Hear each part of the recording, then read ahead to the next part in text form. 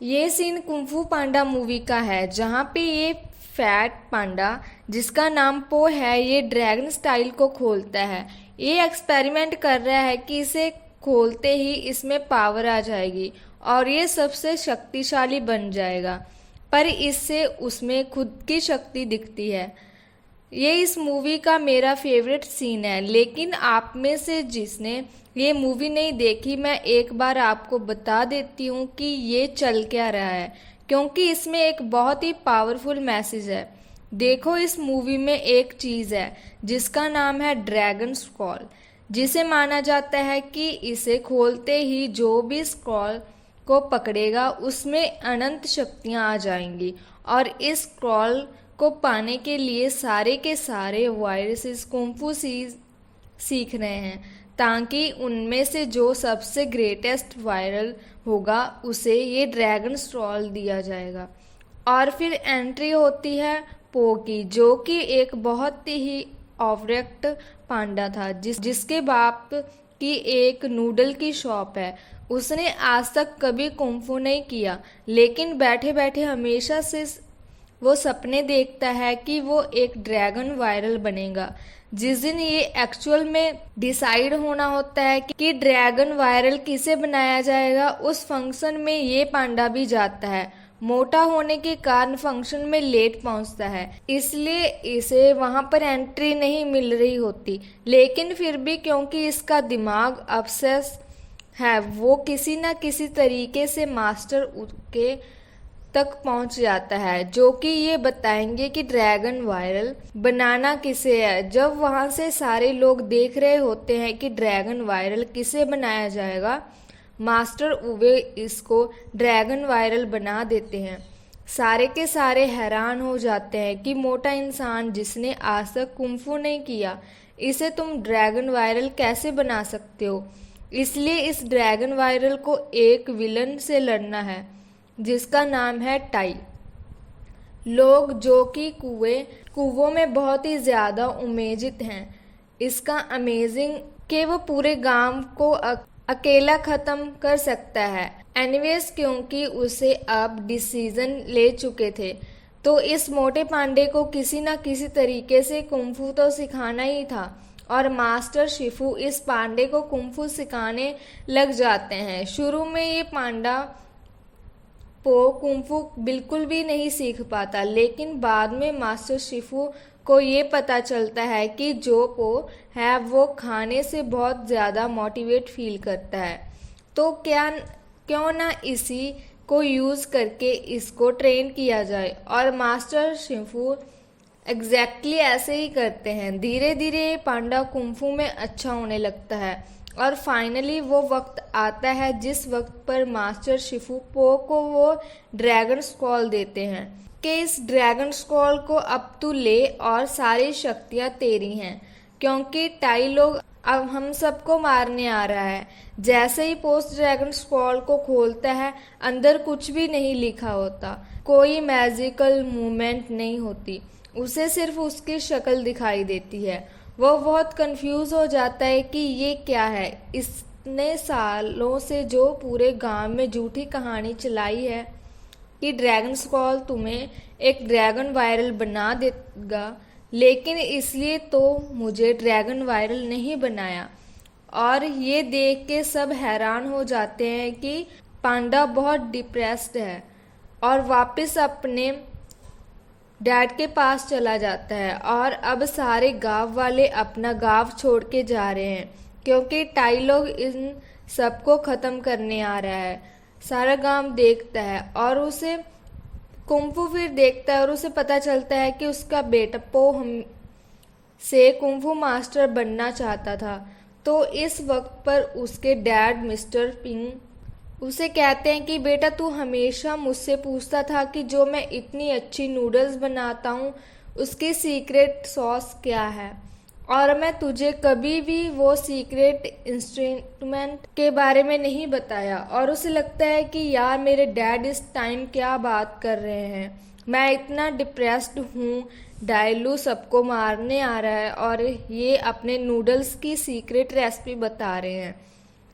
Anyways वो अपने dad को बोलता है, हाँ डैड क्या है वो सीक्रेट रेसिपी, और उसके डैड बोलते हैं उसकी सीक्रेट रेसिपी है कुछ भी नहीं। ये पांडा पजल हो जाता है, कुछ भी नहीं। उससे डैड बोलते हैं, हाँ कोई सीक्रेट रेसिपी नहीं है, सिर्फ क्योंकि मैं तुम्हें बोलता था कि इसमें कुछ स्पेशल डाला है, तुमने बिलीव कर लिया कि वो स्पेशल है और इसलिए वो स्पेशल बन गया, तुम्हारी फेवरेट नूडल्स बन गई। इस मोमेंट पर पो को रियलाइज होता है कि अच्छा अब मुझे समझ आया ड्रैगन स्क्रॉल का मतलब क्या था। वो दोबारा से फटाफट ड्रैगन स्क्रॉल को खोलता है और इस वक्त पर उसे उसकी शक्ल रिफ्लेक्ट होती है और उसे समझ आता है कि एक्चुअल में कोई सीक्रेट नहीं था, सिर्फ तुम ही थे। ये सारी स्टोरी जो बनाई जा रही थी ड्रैगन स्क्रॉल को खोल के ताकत आ जाएगी, वो सिर्फ इसलिए है कि तुम इतनी ज़्यादा मेहनत कर लो, अपने पर विश्वास कर लो कि तुम एक्चुअल में इम्फूल हो जाओ।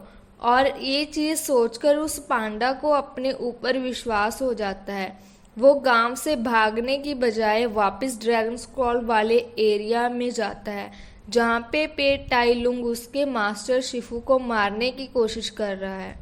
वहाँ पर वो टाइलोग से लड़ता है और एक मोटा पांडा होने के बावजूद टाइलोग से जीत जाता है और पूरे गांव वाले को बचा लेता है। देखिए स्टोरी में मेन लिंक ये है कि इम्पॉर्टेंट बिलीव है, जिस मूवमेंट पर हम बिलीव कर लेते हैं हम स्पेशल हैं, हम स्पेशल बन जाते हैं। जो सारे कॉन्सेप्ट में आईआईटी आईमस एल्स ये सारी चीज़ें हैं क्या, कोई भी आईआईटी जाके स्मार्ट नहीं बनता है। आईआईटी एक ड्रैगन स्क्रॉल है जहाँ पे आपको सिर्फ अपनी शक्ल दिखाई देती है। आईआईटी में जाने से पहले जो आप सारी मेहनत कर लेते हो वो और ऑलरेडी आपको स्पेशल बना चुकी है। इवन अगर आप आईआईटी नहीं भी पहुँचे, आपने जितनी भी मेहनत करी है उस मेहनत के प्रोसेस ने आपको स्पेशल बनाया है और सिर्फ अब हमें अपने आप पर बिलीव करने की ज़रूरत है और हम एक्चुअल में जीत सकते हैं। मेरा एक दोस्त है जिसका नाम है कुलदीप, वो हमेशा ही ओवरवेलम रहता है। उसकी टू डू लिस्ट में इतनी सारी चीज़ें होती हैं कि जिसकी वजह से उसके दिमाग में हमेशा एक्सट्रीम स्टेट रहता है, चाहे वो कितना भी हार्ड वर्क क्यों ना कर ले। उसकी लिस्ट में इतनी सारी चीज़ें होती हैं कि जिसकी वजह से उसके दिमाग में हमेशा एक्सट्रीम स्टेट रहता है, चाहे वो कितना भी हार्ड वर्क क्यों ना कर ले, उसकी लिस्ट ख़त्म नहीं होती है। और मैं हमेशा उसको यही बोलता था कि यार इतनी सारी चीज़ें अपनी लिस्ट में क्यों रखते हो। वो बोलता था कि भाई मुझे तो एक्चुअल में बहुत सारी चीज़ें करना है, और मैं हमेशा उसको यही बोलती थी कि देखो ये लिस्ट तुम्हारा ड्रैगन स्क्रॉल है, इसमें सिर्फ तुम्हारी शक्ल दिख रही है, मैं तुम्हें कुछ नहीं ये तुम्हें कुछ नहीं देगा, तुम्हें सिर्फ ये बताएगा कि तुम कितना हार्ड वर्क कर रहे हो। और इसलिए अगर तुम इतना हार्ड वर्क कर रहे हो अपने ऊपर बिलीव कर लो कि तुम सारी चीज़ें कर सकते हो, क्योंकि तुम्हें मेहनत की है और इसलिए तुम एक्चुअल में स्पेशल हो। और वो इस चीज़ को समझ नहीं पाया था, लेकिन जब उसने ये चीज़ समझी वो एक्चुअल में बहुत ही इजीली अपनी लिस्ट को कम कर पाया और बहुत ही ज़्यादा प्रोडक्टिव हो गया। तो यार ये चीज़ बहुत ही ज़्यादा इम्पॉर्टेंट है कि हम अपने आप पर विश्वास करें। अगर हम अपने आप पर विश्वास कर लेते हैं तो हम एक्चुअल में बहुत सारी चीज़ें कर सकते हैं और हमारे अंदर जो भी टैलेंट है उसको हम फुल फ्लैज में यूज़ कर सकते हैं। तो इसलिए हमेशा कोशिश करो कि अपने आप पर विश्वास करो और अपने आप को स्पेशल मानो, क्योंकि आप एक्चुअल में स्पेशल हो। और एक और चीज़ जो मैं आपको बताना चाहती हूँ कि कभी भी किसी की बात को मत सुनना कि आप कुछ नहीं कर सकते, क्योंकि जब तक आप खुद पर विश्वास नहीं करते तब तक आप कुछ भी नहीं कर सकते। तो हमेशा अपने पर विश्वास रखो और हमेशा आगे बढ़ते रहो। और इसी के साथ मैं अपनी वीडियो ख़त्म करती हूँ। और अगर आपको मेरी वीडियो अच्छी लगी हो तो लाइक करें, शेयर करें, सब्सक्राइब करें और मिलते हैं नेक्स्ट वीडियो में। तब तक के लिए बाय बाय।